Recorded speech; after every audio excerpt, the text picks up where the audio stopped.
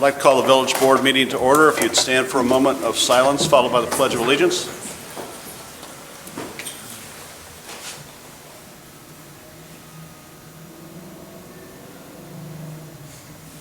I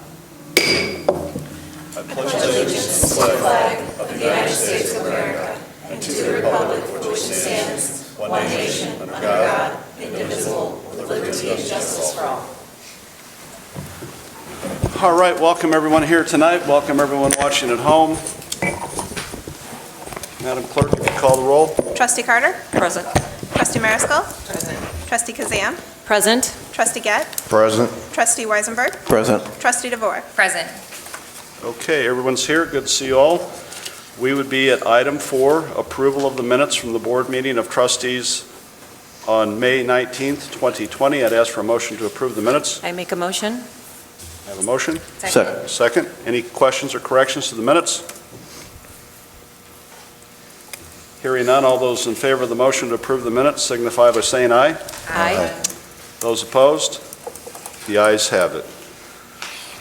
Just a couple of announcements. It's not too late to participate in the community plan that we're conducting, so contact us here at Village Hall if you'd like to do so. And the most recent newsletter just went out, so look for that either electronically or in print. On to correspondence. Madam Clerk, any correspondence? There is. I have a letter here from Jill Wakefield Portraits. Dear Mayor Phelan, Chief Sutton, and Village Board, I wanted to thank you for coming to the aid of your local businesses with rent and mortgage grants. If there was any doubt if this was helpful, please be assured it was. Having peace of mind during such a crazy time was worth just as much as the grant. I feel blessed to be part of a community that cares and treats its businesses like families. Thank you again. Blessings, Jill Wakefield.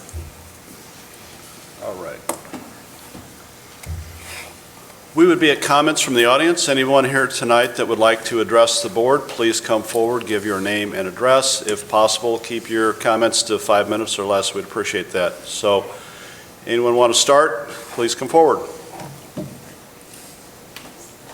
Hi, Michelle.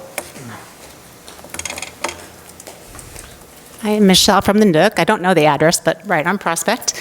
I wanted to thank you publicly for the grant as well. It really helped during the shutdown. So I did have one little comment. I don't know if this is the right forum for this, but it'd be helpful to have like a little directory somewhere in the Heights, because I'm the one that everybody stops in my store and says, how do I get to, X, Y, Z? So it'd be kind of something maybe in the future, something mounted with directions and streets and things like that. So just a suggestion. Okay, all right, thanks again. Thank you. Thank you, Michelle. And I just wanted to say that that is something they're addressing in the comprehensive plan, directional signage. That was short. Who's next? Welcome. Hi, my name is Gene Patterson. I'm actually a resident of Peoria. My address is 714 West Corrington Avenue, and I'm here on behalf of Young Revolution, the organization that put on 2 successful demonstrations in downtown Peoria. And the reason I am presenting today is in regards to a Pride event that they're wanting to put on at the end of the month, the 28th of July this year. I have written a proposal on behalf of them and the other organization. I represent myself, the Queer Activist Collective, and have copies of those, if need be, to disperse to you in regards to more information regarding the event and just details of going further in depth on it. You're wanting to have the event here in the Heights? So there would be the starting aspect of it would be a march, and the march would start in the proposal. The march starts here at the Tower Park, and then will proceed and finalize at Detweiler, or not Detweiler. It would be Donovan Park and the Ship Mall right there as well. So there would be, I guess, like the start here would include like a brief discussion, like a brief, announcement, and then just proceed to there. So that would be the specific component that would be localized here in the Heights. Can you leave your information with the clerk and Chief Sutton? Oh, absolutely. Like I said, I have a whole bunch of copies of the proposal that I've made. And Perfect. Have you contacted Peoria yet as far as your route and? Yes, I have contacted the Park District. I will just, proceed to get them more information once, I am able to confirm with you the, initial, so I've reached out to them as well as now reaching out to you to, start to commence figuring out the itinerary and the, Well, if you could leave that schedule events. information, that'd be great, and then we'll be in touch and kind of go over all the Yeah, specifics. if you could come in and meet with us, we'd appreciate it. And Absolutely. learn more about your event. We just want to ensure public safety. That's our. Exactly. It's same on our end as well. I will leave my Thank you. information. All right. Thank you. Sir, can you give that to Stephanie? Okay, we'll get in touch with you, okay? Okay, great, thank you. Thanks. Okay, anyone else? Please come forward.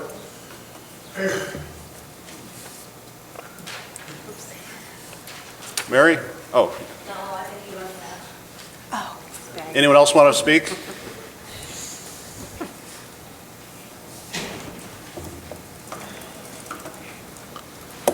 Public comment going once, going twice. Public comment's closed. We'll move on to item 8, which is trustees' reports. The first is trustee Carter, Public Works. Cheryl? I don't think that we have anything Okay, until we get to the other part of it. good. Do you? Mike or Dave? Okay, thank you, Cheryl. Next is building and property maintenance. Trustee Mariscal? I do not have anything. Okay, anything? Just recognize our staff for the work they've done in the park. They've done a great job last couple of weeks. It looks beautiful, so that's all I have. I agree, thank you. Economic and community development, trustee Kazam? Yes, hi there, Mayor. So I just wanted to give a little bit of an update on the House of Levine Farnsworth Comprehensive Plan. We sat in a lot of meetings today via... I don't want to interrupt you, I apologize, Oh, but no. would you mind telling everybody just what the comprehensive plan is and what we're doing? So Yes. just so, in case Sorry. not everyone knows. Okay, thank you. So a few months ago, we approved the contract with House of Levine and Farnsworth Group to create and provide a comprehensive plan for the future planning of Peoria Heights over the next 20 years, near future development and actually, further in the future development. And we've been working on that. We actually had our first few meetings in person here in Peoria Heights, one at the school and then also some meetings here in Village Hall. And today was part of the meetings with Public Works. Mike Casey sat in, Dave, police, fire department. We heard from each one of those different sectors of Peoria Heights. And what they will be doing is creating a plan that we can follow for development, for safety, for housing, as we, proceed in the next 20 years. Is that okay? Yeah, that's very good, Okay. thank you. So today, we met with everyone in Public Works and with Village Hall and had their input, and it was very, very fruitful. And so we're on track. It's amazing that even despite COVID and everything that's happened to our nation right now, we've been able to stay on track, and we plan on having the actual plan in hand, I think, probably in the next 3 months or 2 months. So that's just great news. We'll be letting you know about it when we have that. And as other meetings. And actually, here, let me add this. We can still participate. This is in the newsletter online, and we really encourage all residents to do that if you haven't done it. It doesn't take very long, and it's very helpful, and it's a way to have your voices heard. So we want to hear from everyone. Thank you, Beth. Can I ask a question? Is it the same thing that's been online, or is there a whole new questionnaire on there as well? You know what? I don't know the answer to that. Maybe Stephanie does, but I believe it's the same thing that Okay. has been online. Okay. Yeah. Great. It is. It's the same one. Anyone else? Okay, on to administration, trustee Gett.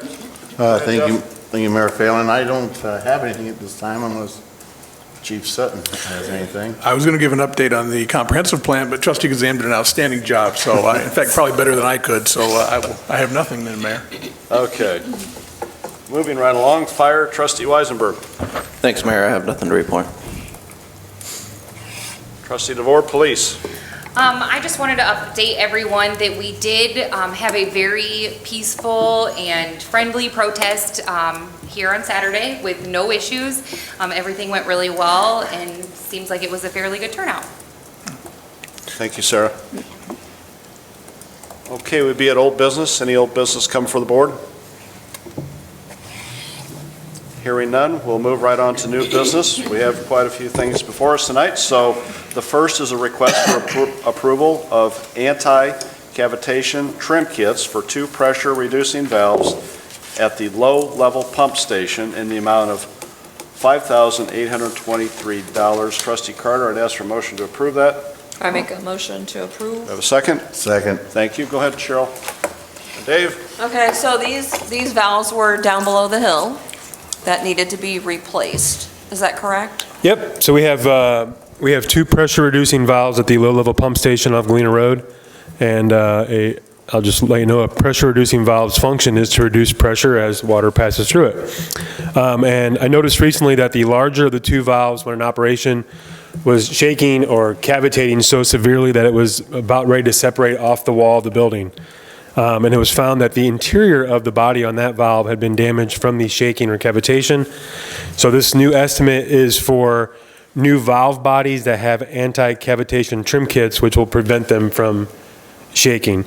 The estimate is for both valves at this location. Currently, only the 1 or the 4-inch, which is the larger valve, is out of operation. The quote is from Dorner. They're saying that the 2-inch valve is the same application, and they're saying it's only a matter of time before that happens to that one as well. They're recommending replacing both at the same time. That'll save some money on the day of service if that 2-inch was to fail as well. The quote is for $5,823, and that's for both valves and installation and service. Thank you, Dave. Any questions for So Cheryl? Yeah, I do have questions here. So did we, okay, we had problems with the valves below the hill before, right? A few years ago? We have 10 pressure-reducing valves throughout the village. They're mainly placed along the bluff, and their sole purpose is to drop pressure of the water that is coming down the hill or out of the towers. Most of those were either replaced or rebuilt.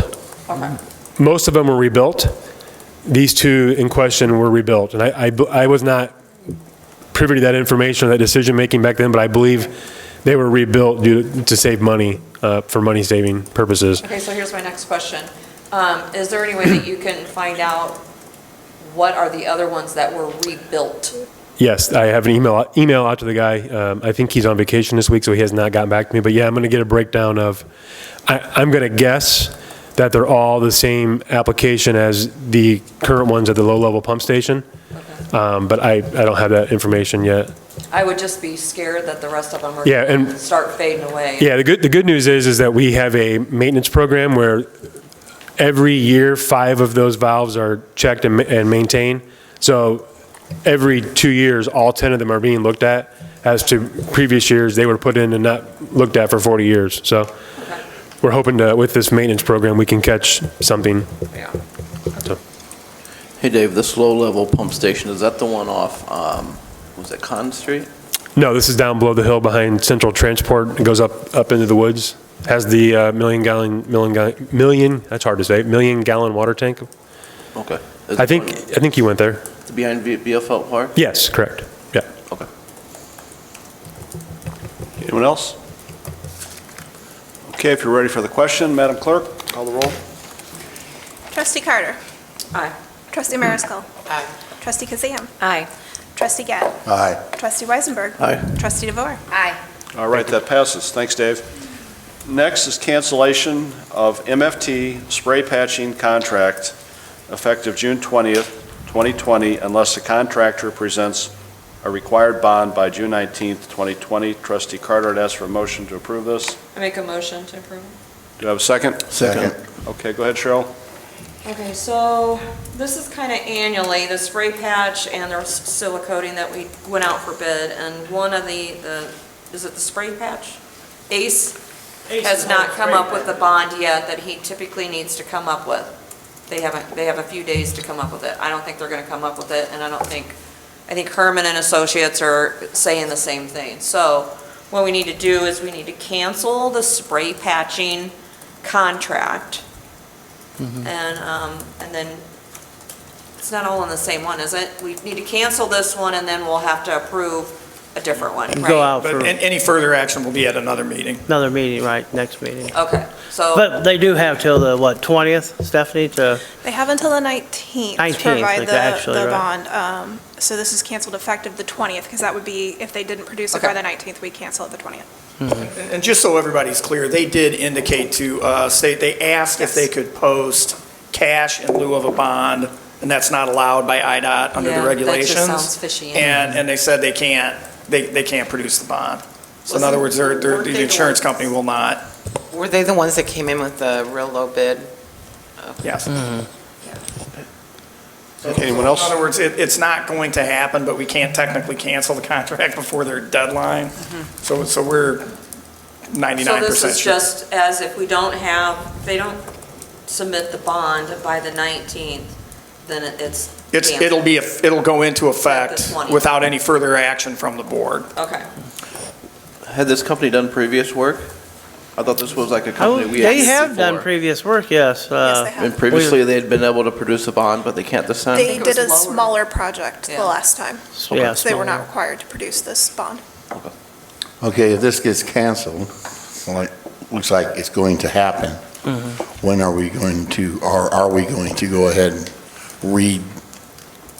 resubmit this for bid, put it back out again, and?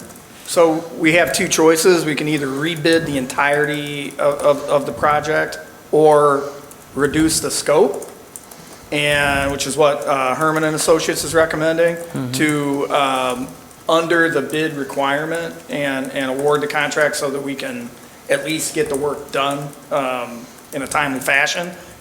Lesser scope, less, square miles of street are going to get patched, but that's what they're recommending. So if you come next week, we'll have an answer for you.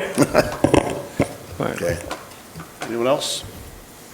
Trustees, it's worth noting that Herman's also noted that it's possible we could do a smaller project now and pick up and do the rest of this in the spring to get back on track.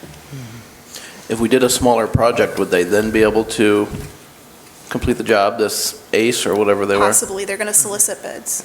Or Okay. quotes, could- not bids. That's the idea. That's what Okay. the recommendation is. Okay. Okay, Madam Clerk, call the roll. Trustee Carter? Aye. Trustee Mariscal? Aye. Trustee Kazam? Aye. Trustee Gett? Aye. Trustee Weisenberg? Aye. Trustee DeVore? Aye. All right, that passes. Next is a request for approval of conditional use, special use application filed by War Memorial Paris Real Estate Trust seeking approval of a conditional use permit for an adult use cannabis dispensary for the property located at 828 through 908 East War Memorial Drive and 829 through 911 East Paris Avenue, which property is currently zoned B2. Trustee Kazam, I'd ask for a motion to approve this. I make a motion? Second. And a second. Okay, go ahead, Beth. Yeah, I just want to alert everyone, so all of the trustees heard about this proposal in last week's departmental meeting, or pardon me, 2 weeks ago. And this is a conditional, the group is seeking approval for a conditional land use, and this is west of Super Liquors along War Memorial Drive. The next two action items are part of this proposal. The first is for the conditional permit, and the second is for the site plan. And so we were presented with a beautiful site plan last week, and I think that if anybody has any questions, I'm happy to answer them, but we have Any heard questions? it twice now. How, because they don't have a license yet, We have correct? not been granted the license yet. So are they going to forge forward with it, with or without the license? I think Or how we does have this work? I mean, what do you do? They're just going to We build have it? representatives in the audience this evening, but from what I understood from the last two meetings is that you have an ulterior use for that property if you do not get the license for the dispensary. Is that right? Okay. Is anyone here tonight from that group? Or, okay. Okay. Missed anything, council? I think we got it. Just that the ZBA did, conduct that public hearing and voted unanimously to recommend approval. So this comes to us with a 7-0 vote. There were two missing members at the meeting from the ZBA. Discussion, trustees? No? Madam Clerk, call the roll. Trustee Carter? Aye. Trustee Mariscal? Aye. Trustee Kazam? Aye. Trustee Gett? Aye. Trustee Weisenberg? Aye. Trustee DeVore? Aye. All right, that passes. Next, request for approval of site plan application filed by War Memorial Paris Real Estate Trust seeking approval of a site plan for development of an adult-use cannabis dispensary for the property located at 822 through 908 East War Memorial Drive and 829 through 911 East Paris Avenue, which property is currently zoned B2. Trustee Kazam, I'd ask for a motion to approve that. I make a motion to approve. Yeah, do I have a second? Second. No, probably no discussion needed, but would you explain, either Trustee Kazam or Council, why there's two resolutions here, what we're doing? Sure.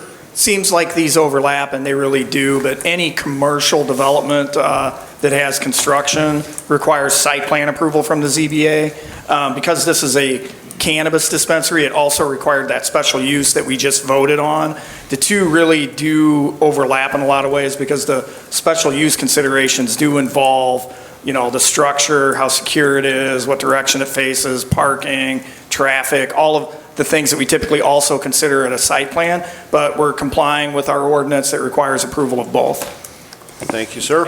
And again, this was unanimously recommended for approval to this board. Okay, any question or comments? The ZBA didn't ask for any requirements or change of it, just full pass. No conditions. Great. Hearing no questions or comments, Madam Clerk, call the roll. Trustee Carter? Aye. Trustee Marisko? Aye. Trustee Kazam? Aye. Trustee Gett? Aye. Trustee Weisenberg? Aye. Trustee DeVore? Aye. That passes. And Farnsworth is proposing that I really truly disagree with any kind of the assessment of fear about this particular tenant. I think that this is a historic building. Again, it was never zoned R2. It's a low-impact project. The people doing it are doing an adaptive reuse, so they're actually historically restoring, in effect, this amazing building and piece of property that we own as a municipality. If something didn't go in there, it would continue to sit vacant, as it has been for a long time, and that could potentially cause harm to our neighborhood if, people are hanging out there and things like that, and could fall into deterioration.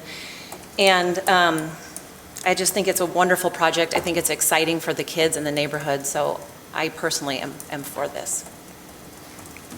Thank you, Beth. So who'd like to go next? Do you have a timeline of when you're going to open? Because I'm getting kind of hungry, so. The build-out will probably take about a month and a half from start to finish. So Pete wishes he could be open right now. I can guarantee you that. So. Craig, could I ask, just to refresh our memory, do you know what the occupancy might be in that enterprise? Or maybe Paul Pete, you want to does? speak to that as far as what you're... During the zoning meeting, Chief Walters came in and kind of gave us an idea of, if we were to have a small, 8 to 12 person birthday party, learning to make taffy or whatever. And I believe he came up with, it was a formula to use, but we fit within it of about 40 people in both buildings. Okay. And that didn't even include a little picnic area where they can sit down and enjoy their shaved ice or whatever. Okay. Thank you. So this particular thing we're looking at here is to change it to commercial property, is that correct? Business. Okay. Because the reason I guess that I'm confused is because in our January 15th meeting of this year, it says that it was confirmed that that location is zoned as commercial. That would be a mistake. I think we always thought that it was zoned commercial because from the time that building was built, it was built to operate as the pump house. It was never intended to be residential. And zoning came 40 years after that building was built. At the time it was built, we didn't have zoning. Zoning wasn't even something that people thought about. So in 1970, when we very first adopted zoning, you got to map the community out. And there are mistakes, but I don't think anybody really ever caught it. And again, I always assumed it was zoned somehow commercial because of the use. So we were surprised to learn that, no, the map has that whole street as residential. So we do need to rezone it, and we're rezoning it from R1 to B2, general business. So can it ever go back to residential once it's been zoned as commercial? Just like we can rezone it from R1 to B2, we can zone it back from B2 to R1. Yeah, we can always change it. You've got to go through that process again with the ZBA, public notice, a hearing in front of the ZBA, recommendation to the board. But yes, no zoning ordinance is ever permanent. Yeah, but like Trustee Kazam said, that building's not designed for residential.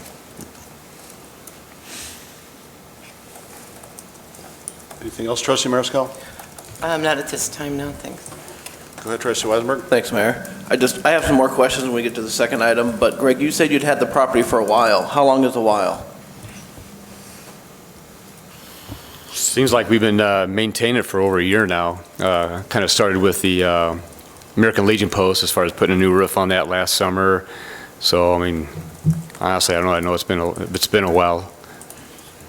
So your lease has covered the pump house for over a year? Excuse me? The lease, you've had the lease on the pump house for over a year, you said? I don't know, to be honest with you. I don't. That sounds about right. Okay. Could be. I think it was January of 2019, I believe. We talked about it and we voted on it, I think, in January of 2019, so a little bit over a year. Okay. How much money have you put into that property so far?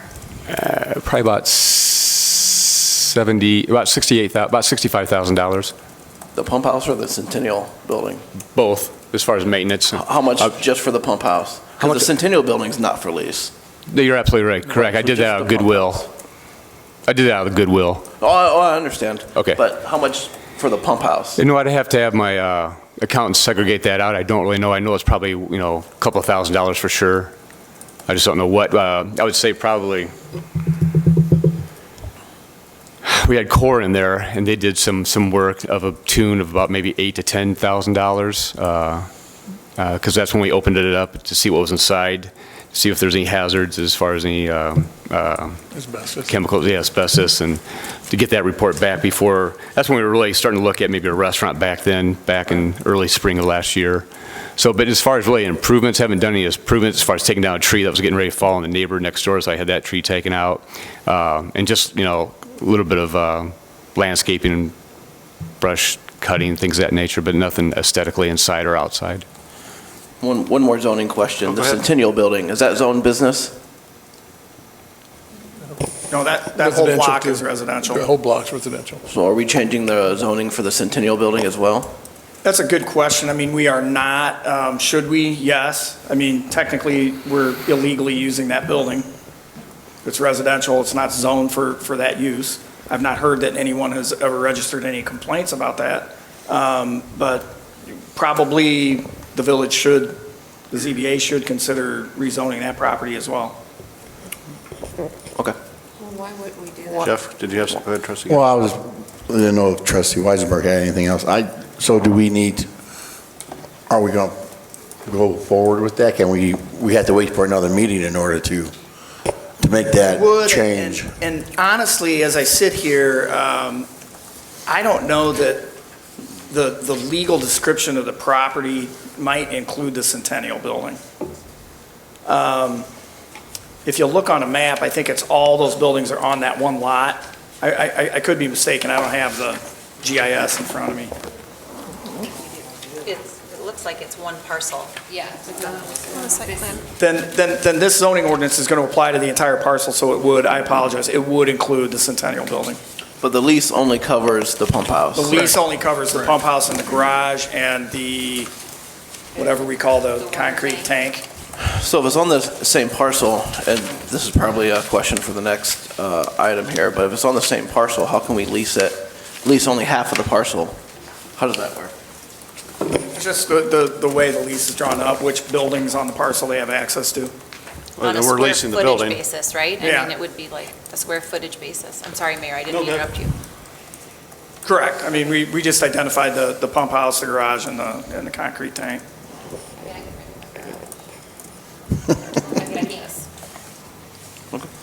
Anyone else? All right, Madam Clerk, call the roll. Trustee Carter.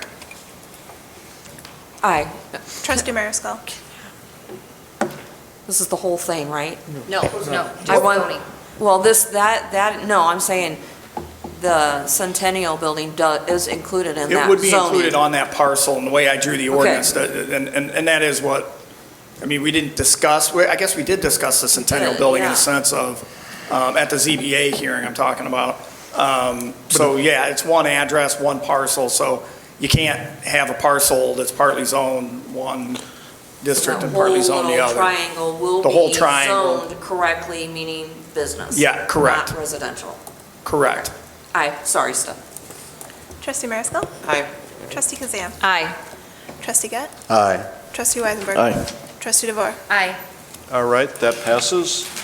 One more piece of business along with this is a request for approval of a site plan application filed by KDB Group LLC, seeking approval of a site plan for development of a retail popcorn and candy shop for the property located at 1201 and 1203 East Kingman Avenue. Trustee Kazan, I'd ask for a motion to approve that. I make a motion to approve. Do I have a second? Second. Go ahead, Trustee Kazan. So this obviously refers to the same parcel. I don't know if council has anything to add. This is just for the site plan use. And I Correct. think that I want to just say for the record, things that you have explained to us in previous meetings about if this were to ever change use, what would the process be? Correct. Well, first of all, because the lease, again, I think everybody knows this, but for the benefit of anybody in the audience that might not, the village still owns this property. It's our property. We've leased it, and this is another matter that we're going to have to deal with here. The lease only allows use as a restaurant, which was the original contemplated use. So we're going to have to modify the lease to permit use as a candy, popcorn retail shop, Okay. which I think we would do if we were inclined to grant both the rezoning and the site plan. What's important to understand, it didn't make it on the agenda because it gets too convoluted, but the ZBA's recommendation actually to this board was to approve the site plan with conditions. I want everybody to know what those conditions that were recommended. They wanted the developer to landscape the property as was submitted on the site plan that was presented to the ZBA. They wanted to limit the sign on the front side, which would be the Kingman side of the property, to 6 feet in height, with lighting only on the Prospect side, which would be the east side of the sign, and the lighting only operative during operating hours. So in other words, when the business is closed, the light would have to be off. And then the rear sign, or the sign on Euclid, was limited to 4 feet, so 6 feet on the front side, 4 feet on the back side, with no lighting. Those were the recommended conditions. This board, of course, is free to either carry those conditions forward with its approval, or reject them, or modify them further, or add conditions. So, just so everybody's clear. So in some of these documents, they're marked preliminary. Will that come in front of us, like a final design from Farnsworth or whoever the architectural firm is before will that signage come in front of us again? I don't think they need further approval of the signage. Okay. Would not expect that needs to come back to the ZBA So or this board. I should change this then, to include that, You want if that we amended? agree with it, or one of us. That's the board's prerogative. Okay. Is it necessary? I don't know that it's necessary. I mean, just like any, developer that puts up a new sign, they got to get a permit. They're going to get a permit as part of the permitting process.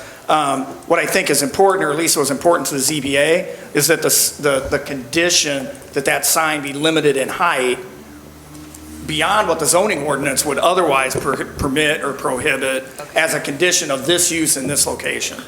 Okay. Plus conform to our sign ordinance, obviously. Obviously, it has to conform to the sign ordinance.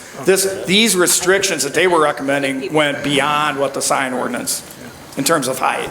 I would welcome any amendment, so go ahead, Okay, Trustee. so I would like to amend this proposal to include those recommendations as stated through the zoning board. Is there a second to that? Second. Okay. Discussion only on the amendment? Any discussion on the amendment? As we discuss the site plan here in a moment, can we add additional requirements? If we approve the ones that came out of the ZBA, then can we propose another amendment to add additional restrictions? Yes, procedurally, yes, you can. Yeah, let's get through this one first. If you have another amendment, then we'll consider that. Okay, on this amendment only, go ahead, Madam Clerk, call the roll. All right, just to clarify, this is to amend the site plan to the following conditions. Landscaping as submitted on the site plan, limit the sign on the Kingman side to 6 feet with lighting only on the east side and lighting only during the operating hours, and the sign on the Euclid side is limited to 4 feet in height with no lighting. Trustee Carter. I'm sorry. The business hours is vague. What are those hours? I'm glad you asked that, because the variance that was granted, that does not come to this board. That's totally in the ZBA's realm. They granted the variance with conditions, and those conditions are weekdays, they have to close by 8 p.m. Weekends, they close by 9 p.m. Stop me if I'm going too fast. No, you're good. Yes, actually. This is not part of what we're voting on. I'm just clarifying the hours. All right, thank you, Attorney Waldman. I'll just put that. And then for special events, they can stay open until the event ends. So if there's movie night in the park and that goes till 10, then they could be open till 10, but otherwise 8 on weeknights, 9 on weekends. And again, that's not part of this motion, but when you ask about the hours of operation, that was limited with respect to the variance for parking that was granted.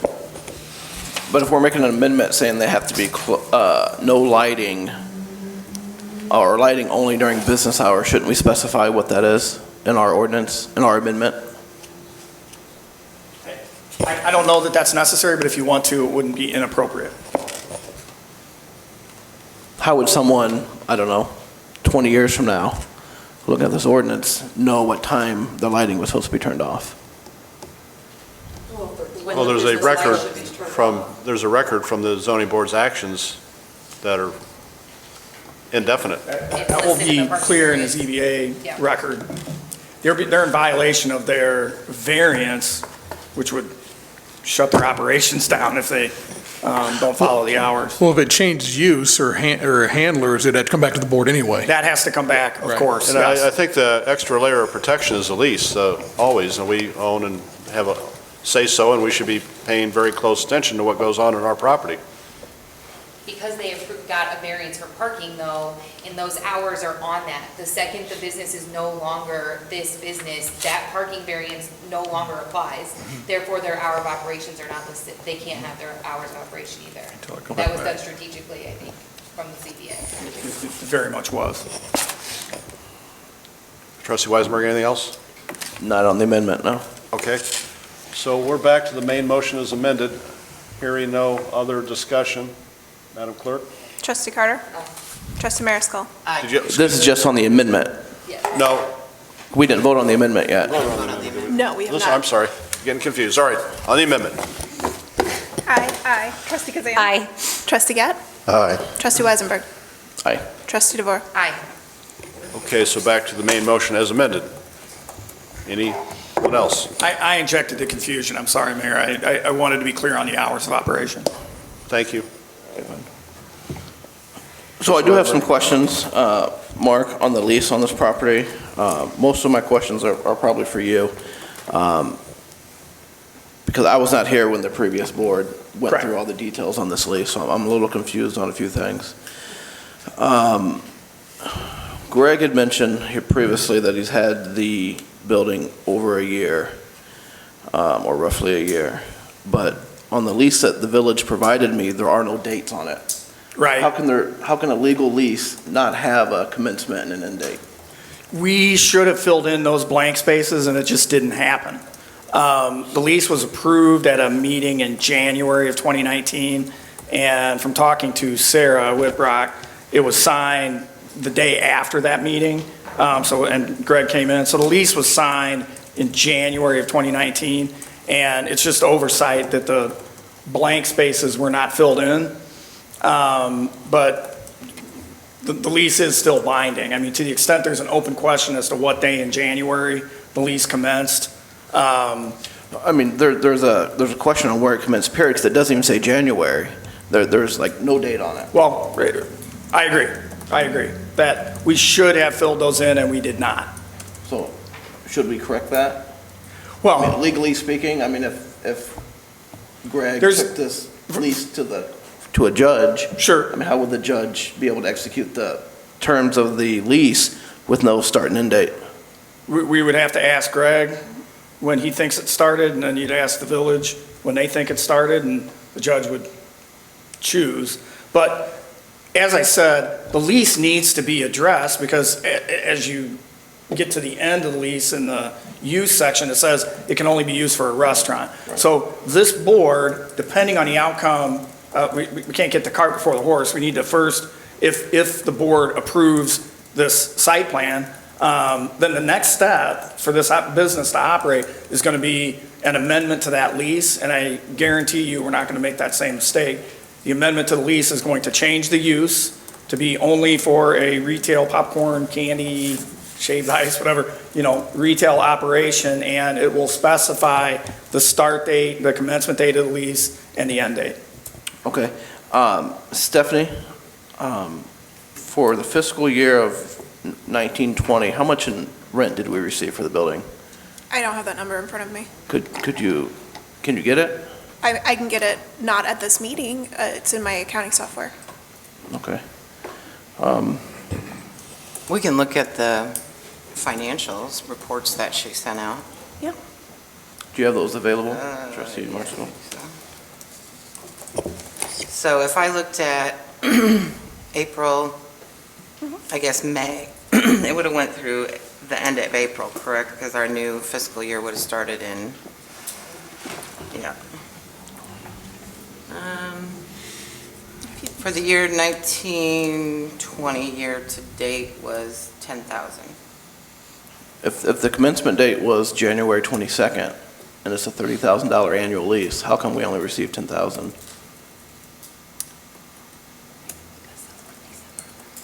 Or some leasehold, improvements? Because the lease, and this is the problem I have with the lease said that it was effective on the commencement date. But when I look at our financials, we didn't start receiving any rent on the commencement date. So when was the release actually in effect? Which is why I'm confused, because there's no dates. Right. So when was it actually commenced? I'm told January 22nd, but we've received no income in January 22nd. And then last meeting, Trustee Kazam, you said we entered into the lease late last year. So I'm really confused on when the actual lease happened, because there's no dates anywhere. And everyone has conflicting opinions on when the actual lease started. I have to just say, I don't know exactly when. If I said that, I'm sorry, but I thought that we had started it late last year, but I don't have the start date. As you and I were not on the board at that time, and neither It was Trustee December DeVore. of 2018 when we discussed it, and we voted on it in January of 2019 with the stipulation that our attorney and their attorney would get bids or appraisals on that land, because we wanted added to that, that they could purchase the land, but that never made it into that lease either. My memory of that is what we were going to add to it was not, we never wanted to sell that property. But we voted as a board, it had to be in there. Exactly. What would? And that's not in this lease? No. Well, how can this lease be valid? I think the delay, and I'll go back also, and that triggers a couple of things. I think the delay exactly, when they were here given the presentation, that was the stipulation, because the board wanted that in there. You're exactly right. So there was a delay, and then we had, I believe, because of the use, obviously, we had a lot of public meetings on what it was going to be used for. So I think, there are a lot of layers to this I don't think it's anybody's fault, there's any malicious intent anyway. I think the council answered the question as far as it was a mistake, it should have been, it was overlooked at that time. But going back, this thing has gone, this has a lot of layers to it from where it started and where we are today. So, I will go on council. I think there was also a delay on their attorney's part getting the document back to us. If I remember right, Mark, I think that was a part. There was. Okay. There was. So I think there are a lot of things involved in this. I think the biggest mistake was there are no dates on it, so that's obviously the biggest issue. But there were a lot of improvements done by KDB, I know that. But I think we were waiting on a lot of other things. One with the attorney, one with the use. We had some extra meetings in there, public meetings. I don't know if that's the answer, but that's all I can, that's all I remember, during this process. Well, and I've said this twice now, but it does bear repeating. With everything that has changed since January of 2019, the lease needs to be addressed. I can tell you as a matter of legally, there is a binding lease. The lease got signed, it was approved, the language that the board wanted in it, granting a right of first refusal to the tenant if the village ever wanted to sell the property. That language didn't get put in because of the tenant's attorney never got back to me when we tried to negotiate that language, but the lease got signed. But the terms of the agreement, but the terms of the contract were not withheld. We did not receive, it's just like renting an apartment. We did not receive the money that was stated in the lease that we should have received every month. I happened to not be here last week, but I did watch the meeting online later, and you said that the rent was at $500, where we had agreed that it's $2,500. I never said the rent was $500. You can listen to it, it's on tape. Okay, well, that was, I clearly misspoke. I know that the rent is $2,500, it always has been. And then in some of those emails, in the FOIA information, it was kind of going back and forth like they were wanting to negotiate the price of that rent. Which we refused. So we're still sticking with the $2,500. Right now, we have a signed lease for $2,500 a month. Okay, but we haven't received that money. That's all I'm saying. If you rented an apartment and you didn't pay it, you wouldn't be there. That's all I'm saying. And were the utilities switched over? Has that been done? Do we know that? No, Dave. I don't. And that should have been as of January of 2019 as well. I believe. All of that is in the contract. Yeah, I believe they were. I believe that was switched over, the utilities. So, you are correct, there were trustees who wanted to sell the property, but the majority of the board won out and did not want to sell the property for a couple of reasons. Main one was to maintain control over what occurred there, but also it made better financial sense for us because we felt that we would get a whole lot more in rent than we would in a price that would appraise out for, so. I still Go ahead, Trustee Weisberg, you still have the floor. Thank you, Mayor. So I'm still trying to understand the inconsistencies here. So you said the lease was binding, which would have been binding as January 22nd, 2019. Right. But we were not paid the full. Just so we understand lease law, if you say, I'll lease my house to you for $500 a month, and I say, okay, we have a lease. That's a lease. It doesn't need to be in writing. It should be in writing. And I'm not, clearly those blank spaces should have been filled in, but that does not make the lease invalid. No, I understand that. When was the commencement date of the lease? I'm still trying to figure this out. Because Sarah the rent could should tell you when it was signed. It was signed at the end of January, again, without my knowledge. But it was signed at the end of January in 2019, so I can't give you the exact date. I can't. No, that's okay. I don't need the exact date. So at the end of January of 2019, the lease was legal. Correct. Okay. And the term said that on the commencement date, the rent's due. That's right here. That's correct. Okay, $30,000 is the annual. That's correct. We did not receive that. That is correct.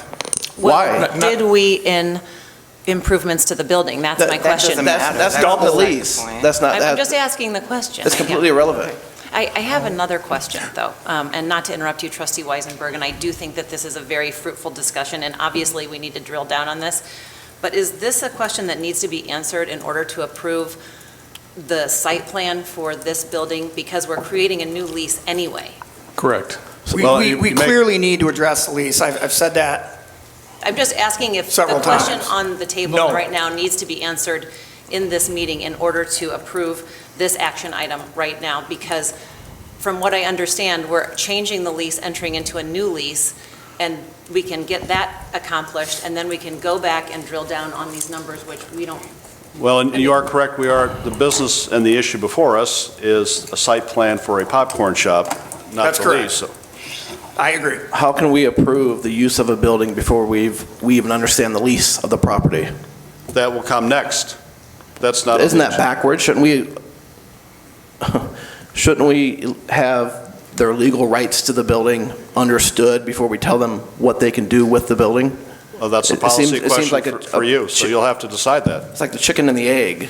The lease and the use of the property are two separate things. You lease them the property, and then you tell them what to do with the property. Well, then you don't tell them you can have a popcorn stand. What if we don't approve the lease? There's no way. Well, you are the policymakers, you should know that tonight, so you can either vote for it, against it, amend it, or defer it. I'm trying to understand the lease, Mayor. This is why I'm talking about it. I don't understand the lease. The lease does not make sense. Okay, if someone didn't pay rent for an entire year, they wouldn't be at the property anyway to understand what, they would have long been evicted. How long can you not pay rent before you get evicted? Well, then you as the landlord can direct counsel to pursue whatever you want to have him pursue. If you think there's back rent owed or not, you can direct him to do whatever you want. We can also figure this out and direct him to pay, back rent. Why is the rent? We were told that the rent's been paid every month, but now we've established that it hasn't been. Why has it not been paid? I don't know the answer to that. I think that's important before we continue to. Like I mentioned earlier, I think the reason why it wasn't at first, because of all these different layers, it went back and forth from their attorney, and it must have been an oversight. But we do have some money for, and it was $2,500 a month. Did it start on that date? Obviously, it didn't. And why? Maybe during negotiations, or maybe I know their attorney wanted, the board wanted some changes. We changed the use of it. I don't know why. It's got to be one or the other, and that's why I made that comment earlier. But I don't know the answer to that. But I do know they have paid some, and I know they've done quite a bit improvements, but as far as why that wasn't paid on that start date, I don't know the answer to that. I know this thing went back and forth because I contacted council numerous times about where we at on that, and I know it was in their attorney's hands because the board wanted the changes as far as the option to buy. And that's all I remember. I mean, I think you're going back to 18, council? Yeah. December of 18 Yeah. and January of 2019. And again, just to be clear, Trustee Weisenberg, the lease should not have been signed. I mean, if I had my office in Village Hall where I worked all day, every day here, I don't think that would have happened. I don't know what goes on. The lease was not ready to be signed, but it got signed. So we have what we have. If you're asking why they didn't pay rent, I think a lot of people, myself included, didn't think that the lease was in final form, and it wasn't in final form, and should not have been signed. So maybe they were cut some slack for all the improvements they've done on the property. I don't know. They've done improvements on the Centennial Building, as Greg just recently said. They did not make improvements on the pump house. The lease covers the pump house. Let's try to stay focused here. And also, but we don't know the numbers that they will be spending on the pump house, which are, I mean, when you see this site plan, I mean, hundreds of thousands of dollars. It's a huge project going on here, that in order to modify this building to accommodate a popcorn stand. I don't know if Greg can address that. Could we ask Mr. Birkeland why the rent wasn't paid? I don't know. I know my attorney sat out for months and months and months until I found out about it, so I've got several attorneys on staff now, but the first one I've had, he was inundated, and I don't know why. As far as the cost build out, it's well over $200,000 just to do the renovation for the pump house, for the popcorn facility. Yeah, and They've done quite a few improvements to the pump house. You can tell. Yeah. Well, yeah, I have. I mean, it's minuscule to what you're trying to get to, I think. I mean, I'm just trying to understand the lease. Like I said, I was not here when this lease was passed. sure. So someone that has no previous knowledge of this lease, looking at this lease, the average person looking at this lease, which is like, what the hell is this? There's no dates, the rent's not been paid. I mean, it's signed, which is good, but it's like no lease I've ever signed before. And I know several trustees on this board are quite familiar with commercial leases. It just doesn't make any sense. It is an unusual situation, but I think that going forward, if we create a new lease, we can talk about all these issues, and it seems like what you're saying is you feel suspicious of your potential tenant. Is that what you're saying? I'm suspicious of this lease because it's... I also think, though, Mr. Berkland has done so much for our community. I think when the board said, yeah, let's do this, he walked up there, signed it, not really thinking of it in good faith that we have to do this, when really you should have waited until someone in council told you this is a finalized lease, it's been negotiated fully, and now you should sign it.